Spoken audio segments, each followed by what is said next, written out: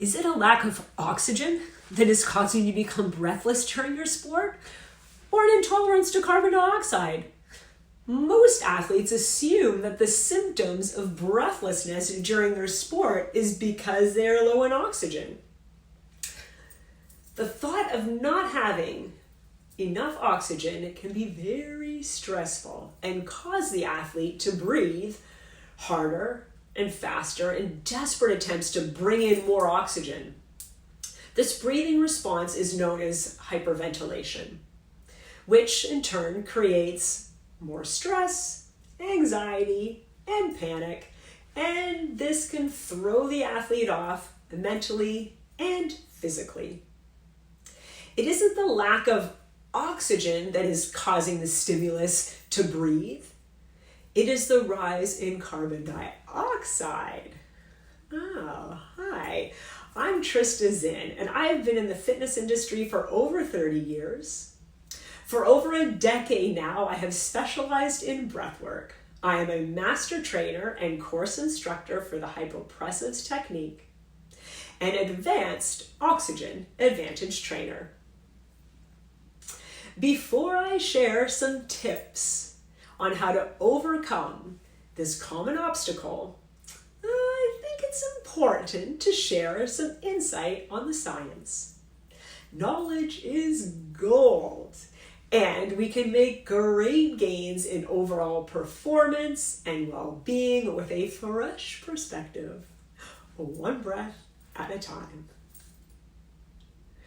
All right, so the human body produces about 200 milliliters of carbon dioxide a minute and is a byproduct of cellular respiration, where food, fats, glucose, and proteins and oxygen meet to provide energy for the body.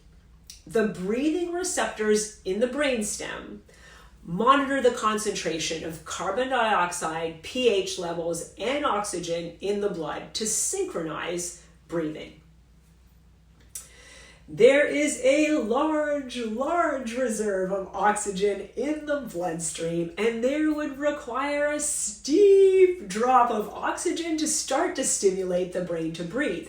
From like 100 millimeters of mercury to 60 millimeters of mercury.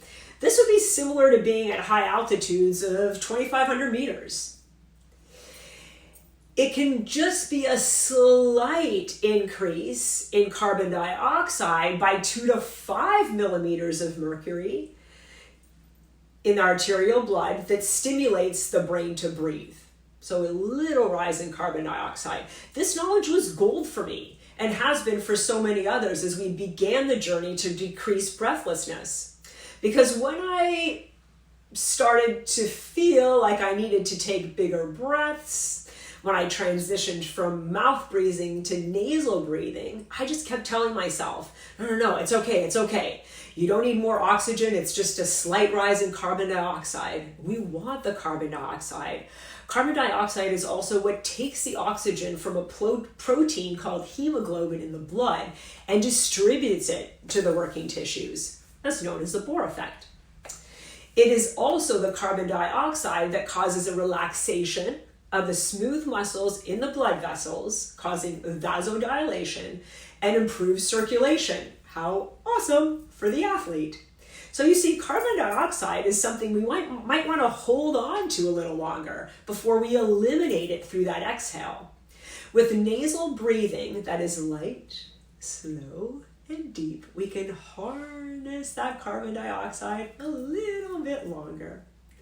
With harder, faster breathing with the mouth, we expel so much carbon dioxide and it disrupts the blood pH level and creates an imbalance and actually constricts the airways. If carbon dioxide is beneficial, yet a slight rise in carbon dioxide stimulates us to breathe, how then can we train the body to adapt and tolerate the rise in carbon dioxide? We nasal breathe. And we begin to practice a breath hold practice after an exhale to start to introduce a little bit of air hunger. We harness the nitric oxide that way that begins to pool in the nasal cavity, and the gas, carbon dioxide, slightly increases in the blood. When we begin to breathe, the nitric oxide is carried from the nasal cavity into the lungs. The sensation of air hunger is an indicator that the carbon dioxide is increasing in the blood. Both nitric oxide and carbon dioxide open the airways, improve circulation, and allow more oxygen to be delivered to the cells. Here is going to be a super short, great warm-up to reduce stress, asthma, and symptoms of breathlessness and improve recovery after exercise. It is also creating a gentle air hunger to help prepare you for what will be simulated high altitude training that we will do in future videos and practice. So here, if you would like to get started, you can do this sitting. You can do it standing as well. You might find it more comfortable sitting and you can follow along. So this is going to be a 2-minute practice where we're going to be breathing in and out the nose normally. And we'll be holding our breath for 5 seconds. And then we'll be doing recovery breathing for 10 to 15 seconds. So shall we get started? I'll cue you through it. So let me just get my watcher ready. Breathing in and out the nose in a relaxed manner. You're going to breathe in through the nose. You're going to exhale out the nose and pinch and close for 1, 1,000, 2, 1,000, 3, 1,000, 4, 1,000, 5, 1,000. You're going to release the hold. Inhaling and exhaling out the nose. We'll do a recovery for 10 to 15 seconds of normal breathing in and out the nose.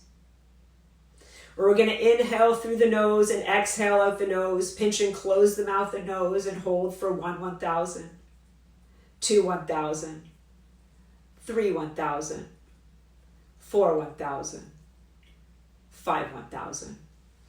Inhaling through the nose. Breathing in and out through the nose. We'll hold for a couple more seconds. We're going to inhale through the nose, exhale out the nose, pinch and close the nose and mouth and hold for 1, 1,000, 2, 1,000, 3, 1,000, 4, 1,000, 5, 1,000. Inhaling through the nose. Exhaling out the nose, just normal breathing in and out the nose. We're going to inhale through the nose again. Exhale out the nose, pinch and close for 1, 1,000, 2, 1,000, 3, 1,000, 4, 1,000, 5, 1,000. Inhaling and exhaling a recovery breath. Normal breathing in and out the nose. And you can get ready to go again. You're going to inhale through the nose, exhale out the nose, pinch and close the nose and mouth for 1, 1,000, 2, 1,000, 3, 1,000, 4, 1,000, 5, 1,000. And there it is, a 2-minute, super simple practice that's just introducing a little bit of air hunger where we are doing breath holds in a nice, calm, relaxed environment. Now, if that was too easy for you and you'd like to up the intensity a little bit or try something else, you can also do it while you're walking. So while you're walking, doing mild activity, you could say be walking down the street. You can inhale and exhale out the nose. Then you can hold the breath. If you don't need to pinch and close, you don't have to, but to ensure that you're not breathing. And you can do the count for 1, 1,000, 2, 1,000, 3, 1,000, 4, 1,000, 5, 1,000, and inhale again and do a 15-second recovery. You want that initial inhale to be gentle and effortless. It shouldn't be sharp. Yeah. So if it starts to become sharp, maybe doing moderate activity while you're doing the breath hold isn't quite for you yet. So you want to monitor that. If you wanted to increase the intensity a little bit more, you can say, oh, maybe I'll try and hold my breath to the next stop sign and see if you can hold your breath to the stop sign. And then you can breathe again for 15 seconds and hold your breath and see how long you can hold the breath comfortably before you inhale and exhale comfortably again. The kind of fun thing about that is if you're walking the same distance all the time, you go over time, a couple of days or weeks, you're like, oh my gosh, I don't need to take my breath at the stop sign anymore. I can go a little bit further. And you can see how you can start to progress and improve your overall tolerance to rises in carbon dioxide. I hope you found these tips and these exercises helpful and you'll begin to continue to practice them. Follow us to learn more tips to improve your athletic performance, one breath at a time.